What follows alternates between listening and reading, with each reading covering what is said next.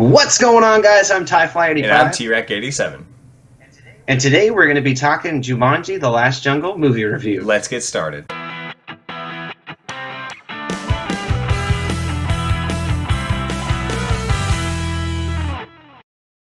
What's going on, guys, and welcome back to another episode of MG Nights. Now, today we're going to be doing our review of Jumanji, Welcome to the Jungle.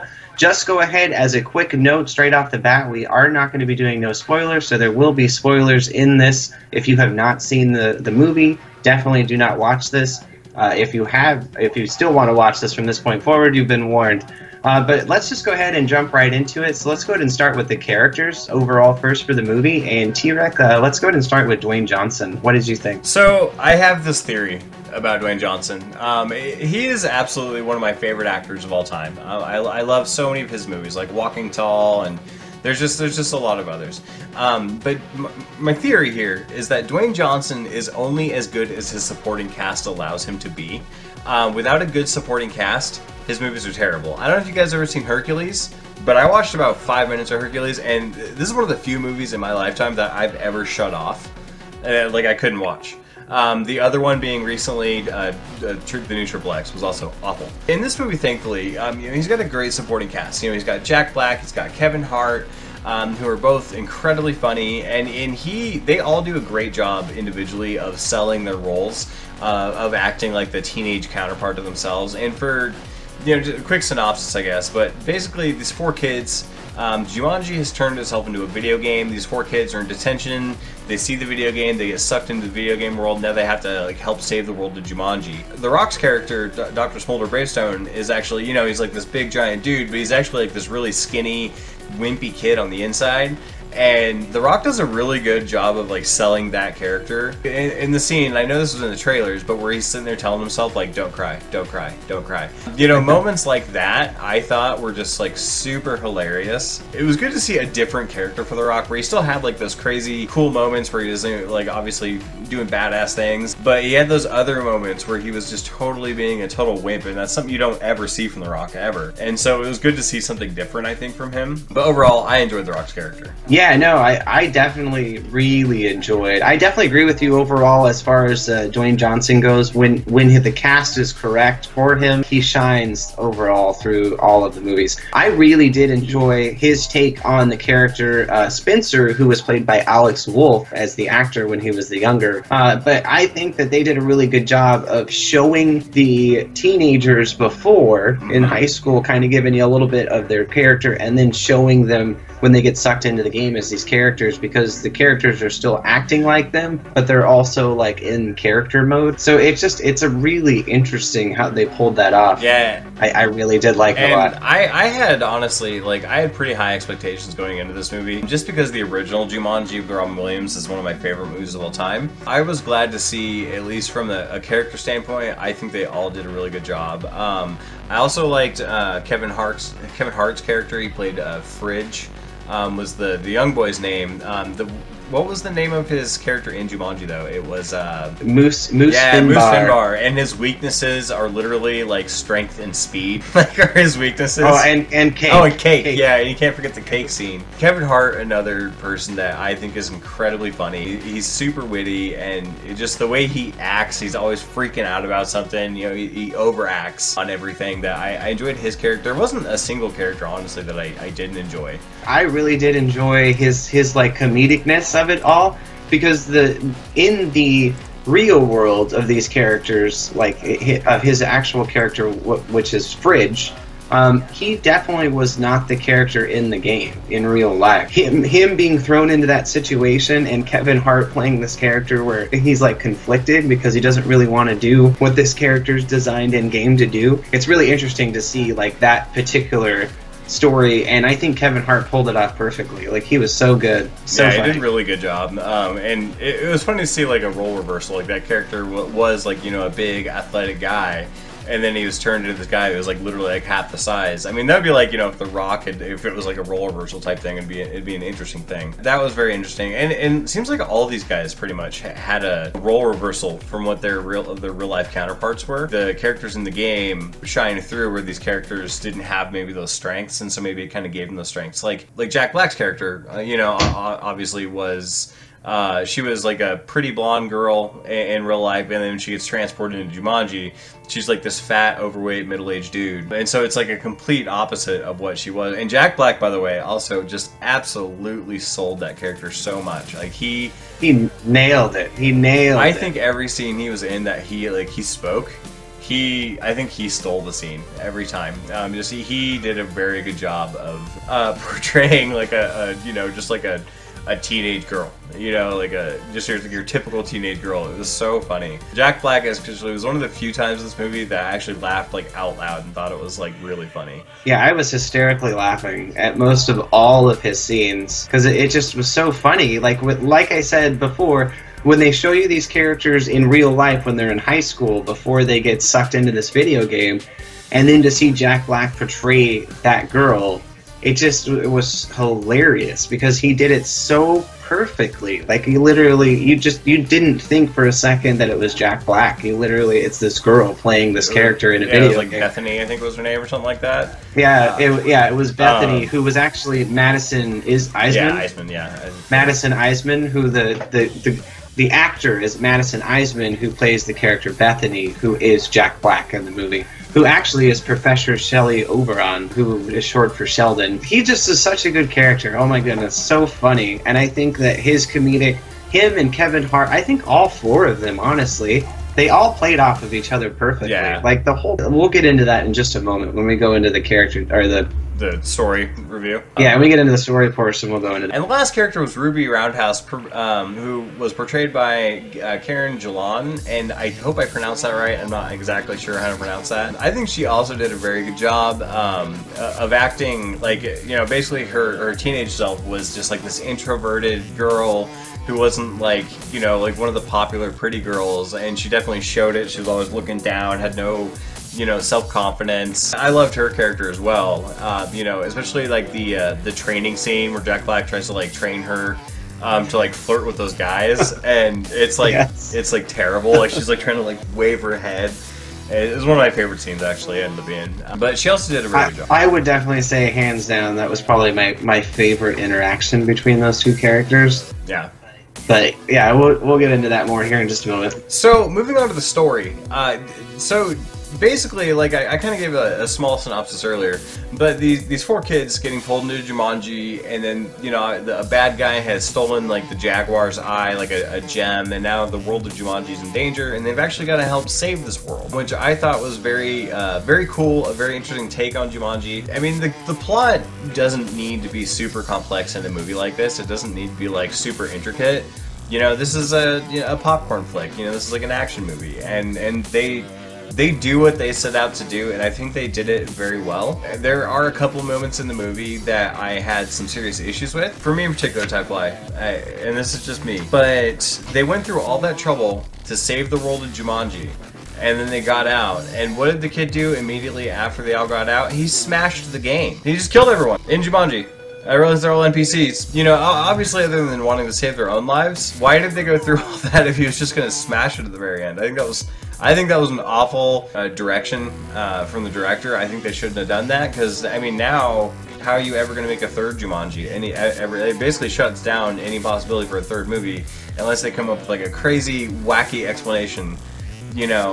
So that bugged me a lot, honestly. Like, I saw it at the very end of the movie, I was a little mad. I was just like, well, why would you do that? Honestly. So I don't know if you caught that or not, really, or thought about that at the end, but yeah. Well, I mean, they kind of did that in the first one when they buried it. It seemed like every time they somehow dug the thing up, it was always like buried or like under something, or at the end they like always tried to get rid of it.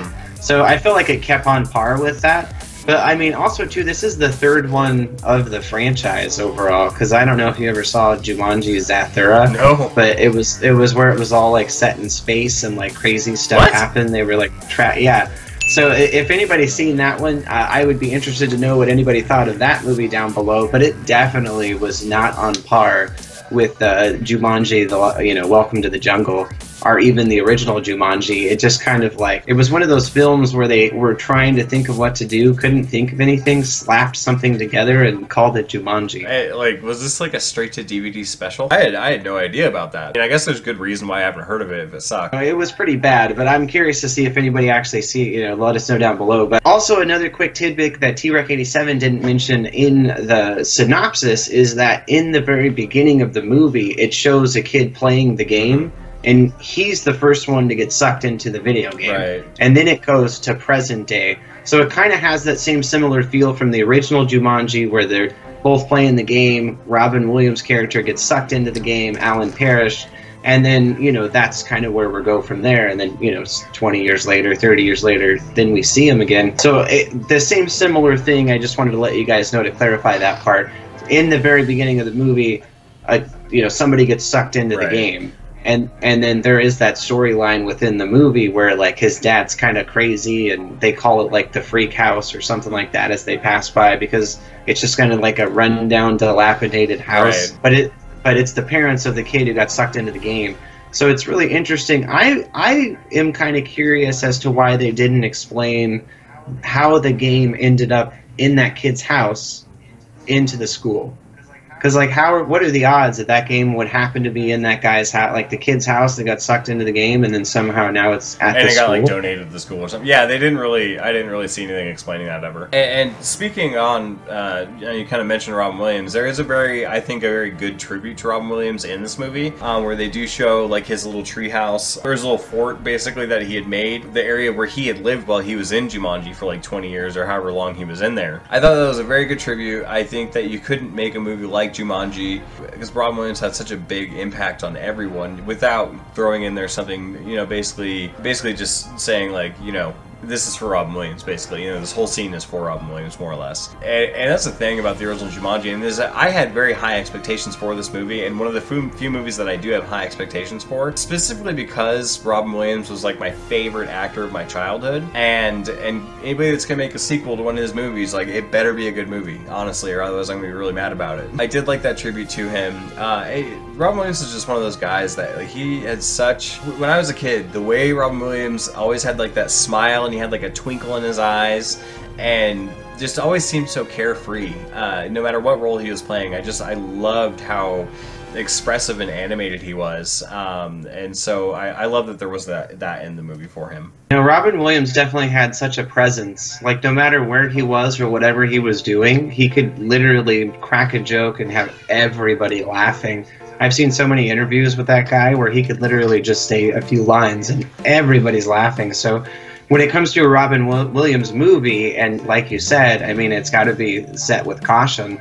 So I am kind of curious to see how they do, with Aladdin, when they're remaking the Aladdin, and now with Will Smith doing the genie. I am kind of curious to see how they tread lightly there with that. They better tread really lightly. I love Will Smith, but whoever's making this movie, I'm not jealous of him, honestly, because you got a pretty big task at hand. Because the genie was, like, one of everyone's favorite characters, growing up, and so. Again, just anything to do with Robin Williams, you got to tread lightly, you got to make sure it's good. I will say overall, when it comes to the story of Jumanji Welcome to the Jungle, the overall story, I liked how they portrayed how the characters had to get from, like, basically point A to point B and then B to C, and how they had, like, they're all levels. They did such a good job of making it feel like a video game. And with all of the characters within the video game being, like, computer characters, obviously, or, like, the AI computer characters, it was really awesome because there were some parts where they would repeat themselves, so you had to try to figure out, like, how to move past this part. And so I actually liked that aspect of it, where the characters would just continue to keep, like Nigel, like the guy in the beginning of the game that welcomes them all, and he just, like, keeps repeating himself. Over and over again.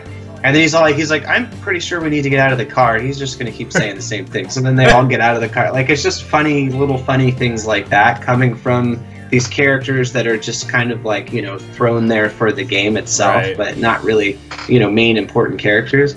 But they did a really good job with those characters, like the ones that are thrown in there specifically for the game. Yeah. So I really liked it. As far as the main antagonist goes, you know, the guy who stole, like, yeah, he was okay. I wasn't really like, he didn't really seem like that big of a threat. And every time that he showed up, it wasn't until the very end of the movie that you really felt like he was like a really big threat. Like, honestly, Right. like I felt personally until the very end of the movie, like he was like kind of like a nobody. He was just there. Right. He was just meant to be there chasing them, but He like, was there to move the plot along, basically. Like, that's Yeah. all his character, the purpose his character served. He wasn't like he was a paper-thin, one-dimensional character. And, you know, it is what it is, I guess, in a movie like this, where I can kind of forgive that.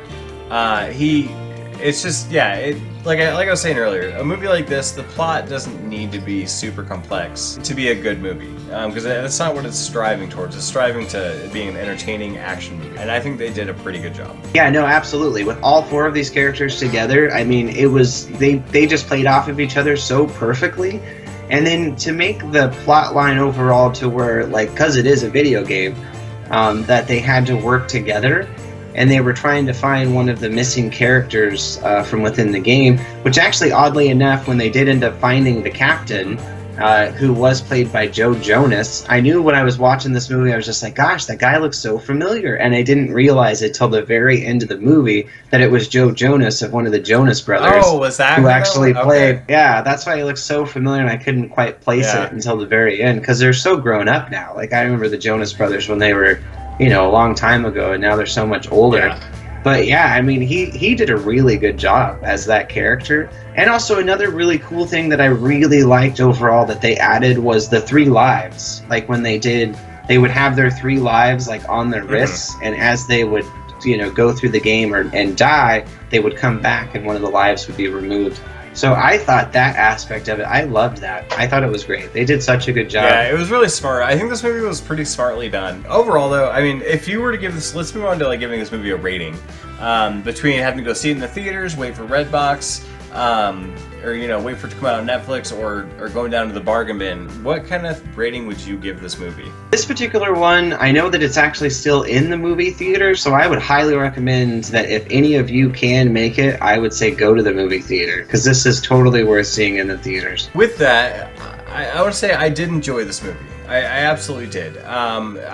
Some of the humor fell a little flat for me. I know I've spoken pretty highly about the movie. I will say that, like, some of the humor, I only laughed a couple times throughout this movie. The movie held my attention for the most part, and I thought it was a good movie. I, however, don't think that this is a movie that you have to go see in theaters. So this isn't like you have to. I think that, you know, if you enjoy action films, you will definitely enjoy this in a theater. But I think if you wait for it to come out on Redbox or DVD or whatever, I don't think you're missing out on a ton, personally. So I can't give it like a theater rating. I'd give it more like the more of like a Redbox rating, or buy it when it comes out on DVD or Blu-ray or whatever. So I do want to apologize real quickly, guys. That's it for our review, but I want to apologize for my lighting on my end. I tried to do natural lighting today with the window, and it was a bad day for it. Apparently it was cloudy out.